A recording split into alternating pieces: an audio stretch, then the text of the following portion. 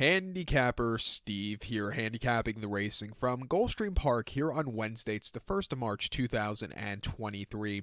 Gonna look at the third race from Gulfstream, but before I get on to that, remember to please follow me on Twitter at HorseRacingKid5 for more selections for race courses around the world, and I mean it around the world. Join me this Saturday for my Fountain of Youth preview from Gulfstream. Actually, I looked at all the races already. The video is done. It's just going to be uploaded tomorrow, so check that video up tomorrow. Also join me for Gotham from Aqueduct, the Sans Anita Handicap, Super Saturday from Maydon. It's going to be an excellent weekend of racing, so I hope you join me for those races. But let's look at the third race to start off Fountain of Youth week from Gulfstream. Third race, it's a claiming event going for a $23,000 purse race for 4-year-olds and upwards. We have a field of 9 horses going to the main track. The distance of ground here of 1,700 meters, if you want to go by that, or the mile and 1/16th trip on the Gulfstream Park main track. 1,700 meters, 1 mile 1/16th, and I show the diagram. Just gives me a second to look down my notes. Just bear with me. My top selection, I'm going to go with the number 5 horse here, Moon Over Montana. Let's go 5291 in the superfecta. 5291 super, top selection 5 horse, Moon Over Montana. 9-year-old horse by Spring at Last. Martin Dexler trains. Edgar Zayas gets the mount.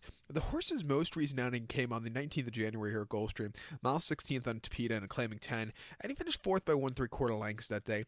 He sat back early. He was really closing up well late. First start in South Florida. I didn't think it was a half bad race. Refreshing back to dirt for the first time in a minute. He should really get a good trip, and I think he can win. I think he's going to see a good speed in front of him to really get a good trip, and I think he can win. Speed doesn't really, closers don't really do well at a mile 16th, but I think there's a surplus of speed on the outside that's going to kind of break down late.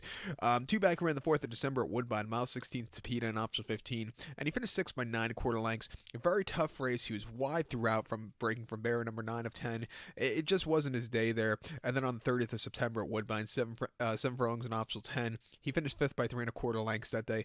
You know, a little bit of a trouble trip, a little bit wide, and he just couldn't keep up there. He hasn't won since 2021, but if you look at some of the horses he's been facing at Woodbine the last season, those are very tough horses. You know, his best race, I think, in the last year and a half, actually came last month here at Gulfstream. He's training well on the dirt at Palm Meadows. I'm going to give him a shot here on the ticket.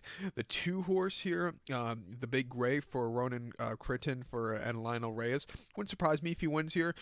You know, last time out going a mile and claiming 12:50, he finished 4th by 5 3/4 lengths there and just couldn't keep up with the fast pace in front of him before they tried him in the Stern Lounge race on the turf where he wasn't keeping up. You know, I love the victory at Saratoga going a mile and length back in the summer and a claiming 14. Winning by a half length, closing up from nowhere. I thought it was a decent effort. He's training well here. It wouldn't surprise me from an inside poster if it sits a little closer. At 8-1, I'm going to blow him up in the pick 6 here. I think you want to go a little deep in this one. This one's going to be like that weird race in the Rainbow 6 that begins with this race. So to recap my selection for the third from Gulfstream, let's take the 5 horse Moon Over Montana. Give kudos to the 2 horse, the Big Gray. 5291 super. 5-2 in your multi-race. So good luck to all. Please follow me on Twitter at HorseRacingKid5. Good luck, everybody.